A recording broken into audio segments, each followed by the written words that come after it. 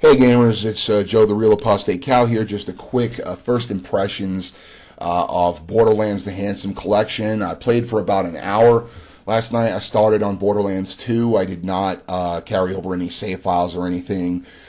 Basically I started a new, not basically, but I started a new character with Gage the Necromancer.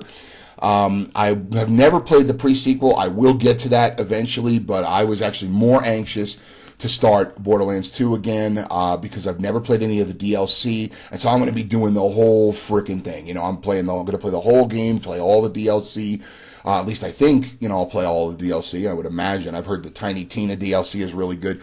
So yeah, I'll be doing all that, playing through the whole game, putting in probably 40, 50 hours or something like that, I would imagine, if not more. So yeah, that's going to be pretty crazy.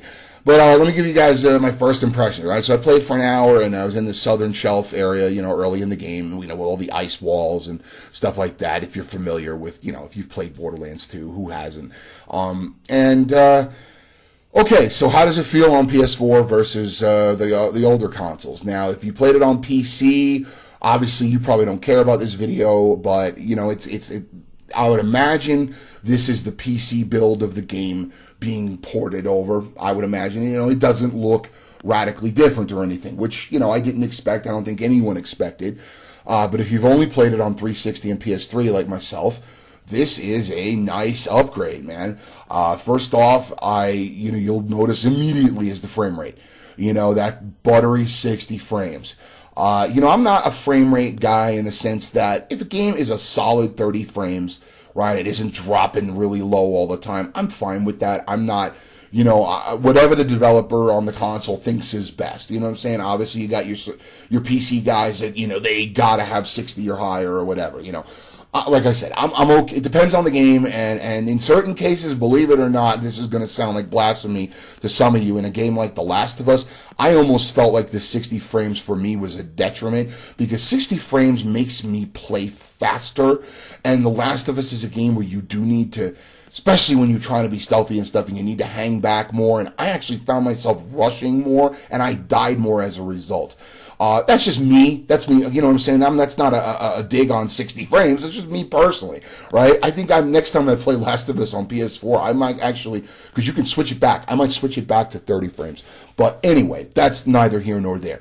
But in Borderlands 2, and in obviously the pre-sequel as well, that 60 frames really feels nice, and it really gives the game a different feel. You know what I'm saying? It looks different. It's the same game, but it's got that buttery frame rate. But the other thing I did notice is that 1080p-ness. Man, it really, if on console, on 360 and PS3 before, it was only 720p. You know what I'm saying? And so now in native 1080p on my 46-inch Samsung, I really am seeing that 1080p-ness. It's just a sharper version of Borderlands 2. You know what I mean? And there even seems to be like some lighting effects that are stronger. I mean, they were on the previous consoles, but I don't know, the reflections off the ice and stuff, the shininess of it and whatnot, just everything just looks better. That's all I can say. Maybe that's just a result of the higher resolution. I don't know. But the lighting effects just seem stronger and more vibrant. The game seems really colorful, like even more colorful than it looked before. It might just be in my head. I don't know. But, yeah, so the only negatives I would say so far, it definitely makes the game feel faster, that's for damn sure. But the only negatives is that at one point, one of the bandits was I was looking for him. He's yelling shit out at me, and I can't find him anywhere. And then I finally see him. He's not standing on anything. He's standing in midair. So yeah, I never noticed anything like that before on 360 or PS3. So I don't know if they need to issue a patch. But another weird thing that was happening with me, and I know this is not my controller because I've tried other games and whatnot, is the rumble. For a little while, the rumble felt fine. Then the rumble started feeling extremely weak, where it wasn't gone completely, but the controller would just very weakly rumble when you shot your gun.